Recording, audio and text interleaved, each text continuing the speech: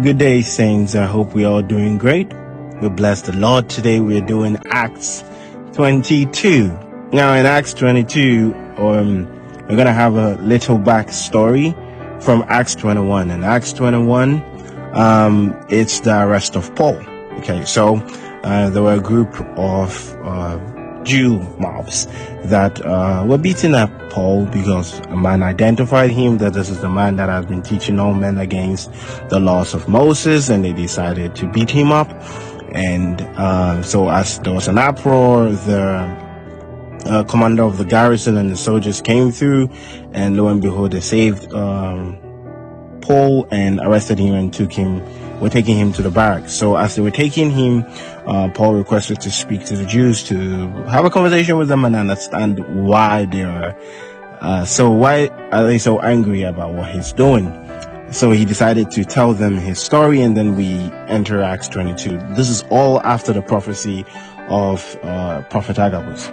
So now we see that in the first few parts of Acts 22, Paul gives an introduction of himself, where he is from. He's a Jew, born in Tarsus, but he was brought up, and then at the feet of Gamaliel, who is also a Pharisee, and he was taught about the strictness, the details in the law, in the laws, and he was zealous towards God, and how he even persecuted the people of the way, binding and delivering them into prisons.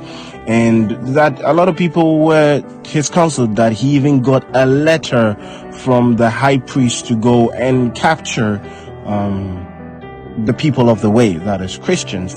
So then we see on his way to Damascus how Paul encountered the light, and we see that Paul was walking with a couple of people to Damascus, and then there was a great light, and he heard the voice. So the people could hear the voice, but they couldn't see the light. So he says, "Saul, Saul, why are you persecuting me?" And we see Paul's answer. He says, "Who are you, Lord?"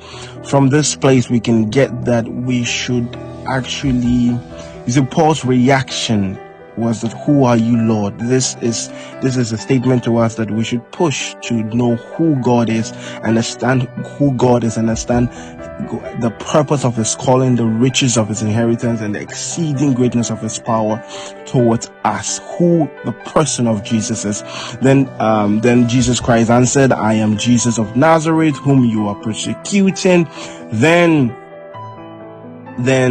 we see in the subsequent parts, and then Paul answered, "What shall I do?" This second part also tells us that it's a great commission. What can we do? What can we do for Jesus? What can you do for Jesus? Then we continue to see, as Jesus told him, "Arise and go into Damascus. There you will be told all things which are appointed to you." Then he goes on to talk about Ananias, how after this encounter he was blinded, and a man, Ananias, a devout man according to the law, came and then laid hands on him, and he received his sight that same hour.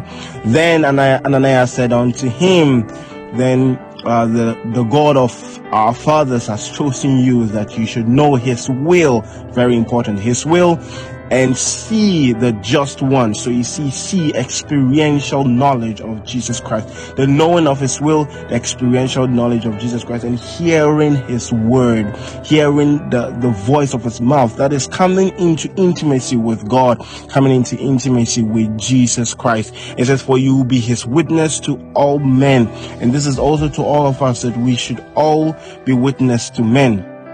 Then it continues to talk about how Jesus also told Paul that he should make haste and get out of Jerusalem quickly, for they would not receive your testimony concerning me. And we see in the scriptures that Paul was not really welcomed by his revelation, what Jesus Christ had told him, that everybody was inclusive, including the Gentiles. They were all being brought into the Commonwealth.